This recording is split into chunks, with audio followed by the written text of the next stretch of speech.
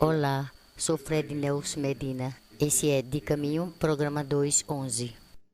Estamos dedicando a nossa série 2, da Advertência 2, aos temas de ciência e fé. E temos dedicado a uns bons programas falar sobre o tema de cientificismo, quer dizer, aquela ideia de que o único conhecimento válido é o conhecimento científico. Bom, essas séries de programas estão aí, não preciso repetir agora. O que vamos fazer agora talvez ainda é mais interessante. Vamos falar de científicos que foram grandes crédulos. E vamos começar pelo homem que propôs pela primeira vez a teoria do Big Bang. Certamente tenham escutado essa série famosa de televisão Big Bang Theory. Bom, pois antes que existisse a Big Bang Theory, nem existia a teoria de Big Bang. E o que falou pela primeira vez disso, para a surpresa de muitas pessoas, foi um sacerdote que teve diálogo direto com Albert Einstein e com outros grandes científicos. Assim que não perca o de caminho, vamos a remontar 13.800 milhões de anos. Vamos ao Big Bang. Aos longos de nossos programas, temos falado de como é absolutamente artificial e injustificada a oposição que querem apresentar entre a ciência e fé. Temos falado com admiração do método científico.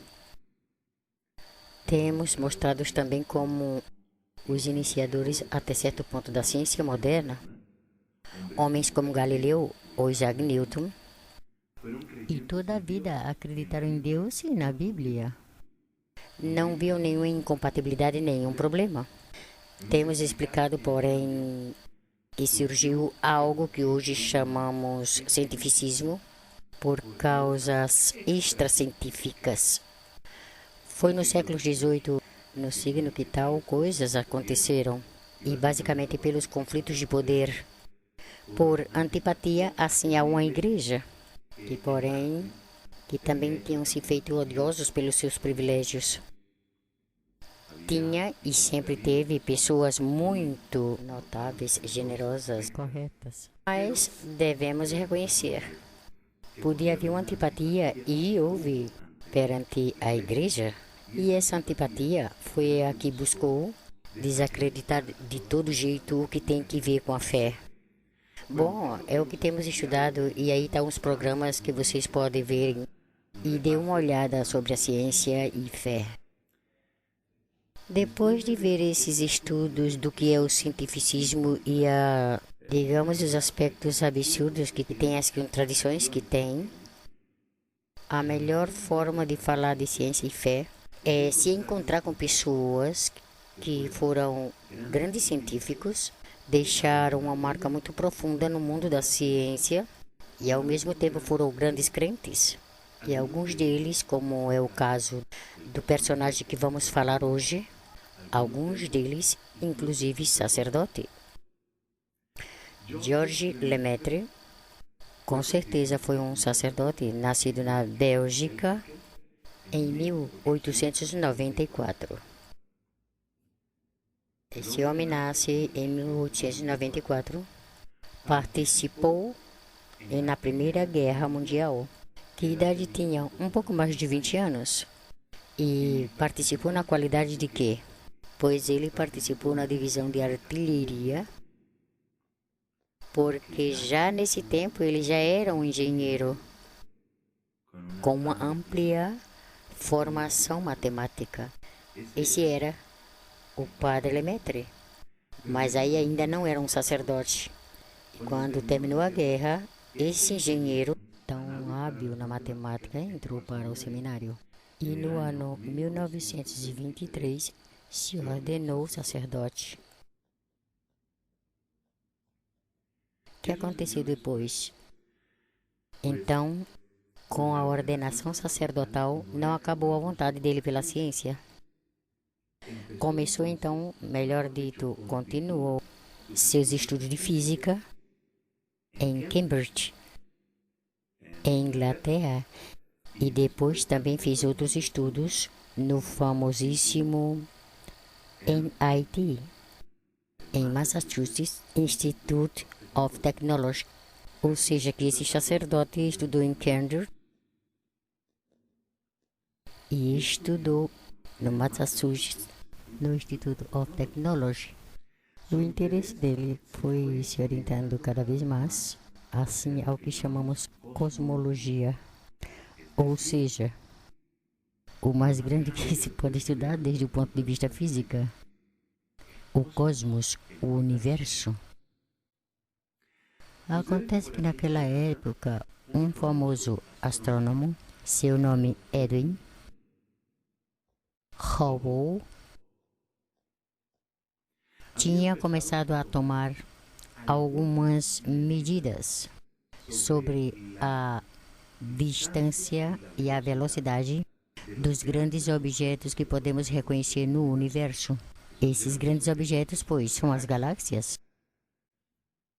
E aconteceu algo estranho.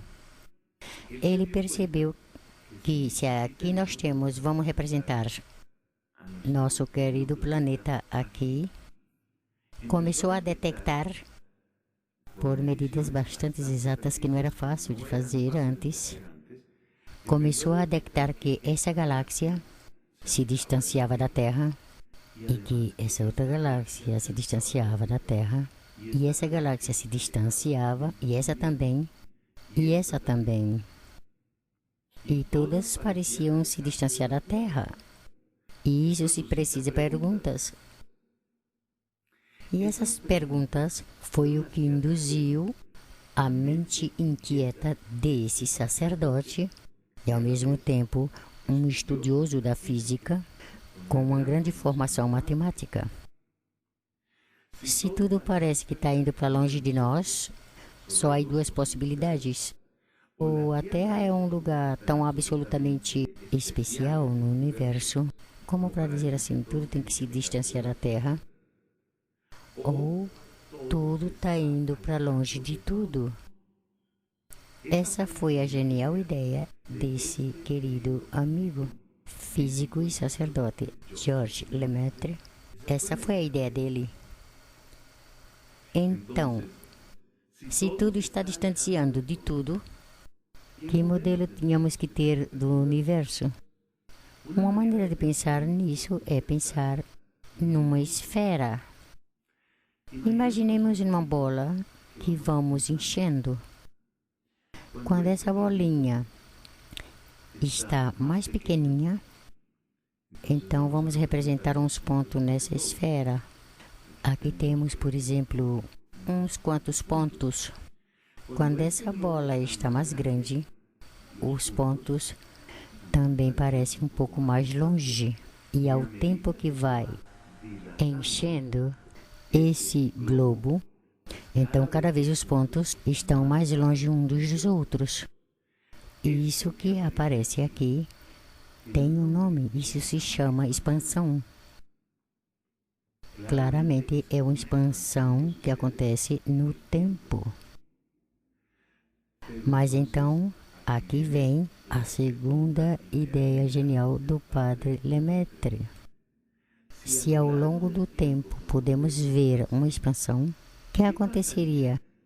Que nós tomaríamos um caminho ao revés, isso quer dizer, se começássemos a retroceder no tempo,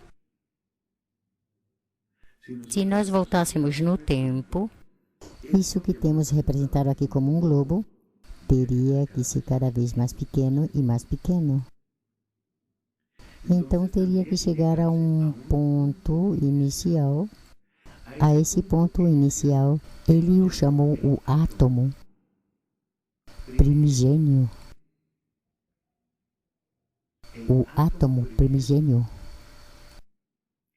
Então daí surgiu a famosa teoria do Big Bang. Mas aí algo que se deve dizer sobre o Big Bang, e é que essa expressão não provém de Georges Lemaitre. Essa expressão foi utilizada, segundo parece, mas bem em forma de zombaria. Foi utilizada em 1948. Um grande físico britânico chamado Fred Hoyle Fred Hoyle foi quem acudiu esse término, porque ele tinha outra teoria sobre o universo. Ele pensava num universo eterno e estacionário, no que as coisas podiam estar se inchando, mas se estava, por dizer assim, criando uma nova matéria. Estava criando uma nova energia continuamente. Fred Hoyle é o autor da teoria do universo estacionário. E como ele tinha sua ideia, para zombar da ideia que promovia dois autores, esse Padre Lemaitre e outro famoso Emo. Então, só para se zombar de Emo e do Lemaitre, Fred Hoyle, em uma conferência que deu, em uns 20 minutos de duração, em 1948, começou a falar de como era, pois que víamos ridículo falar de um Big Bang. Mas resulta que essa teoria do Big Bang cada vez foi verificando mais. E é bom que saibamos o porquê.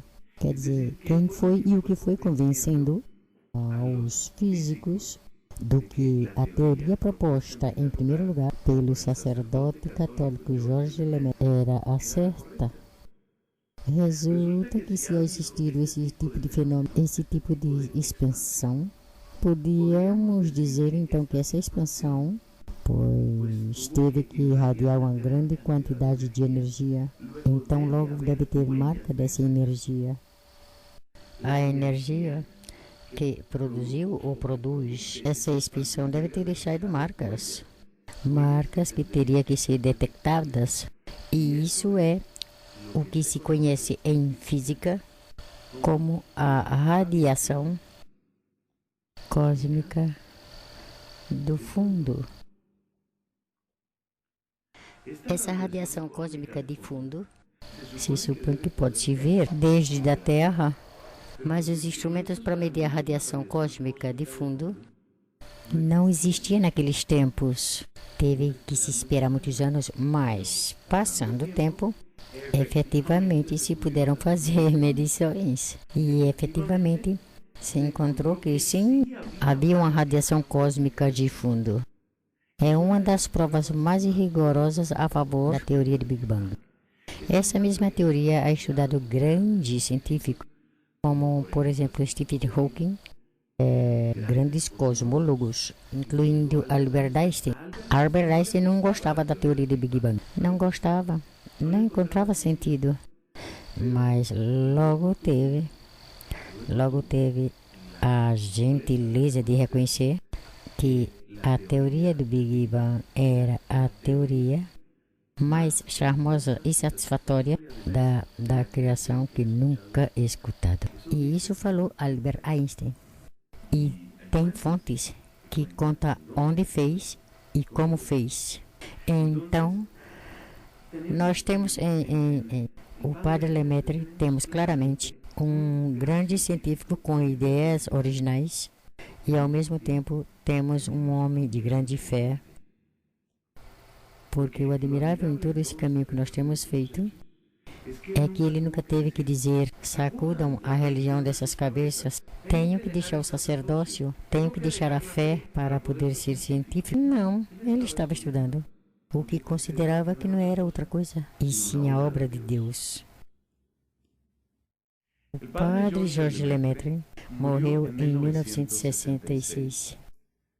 A vida dele foi relativamente rápida, só tinha 72 anos, mas a herança que nos deixou, ainda hoje, é a mais importante, é o mais importante quadro de referência para a cosmologia.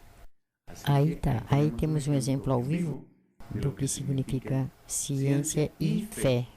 Não é preciso colocar um O. Ciência ou fé, tira isso. Ciência e fé. Nos vemos, seguimos de caminho.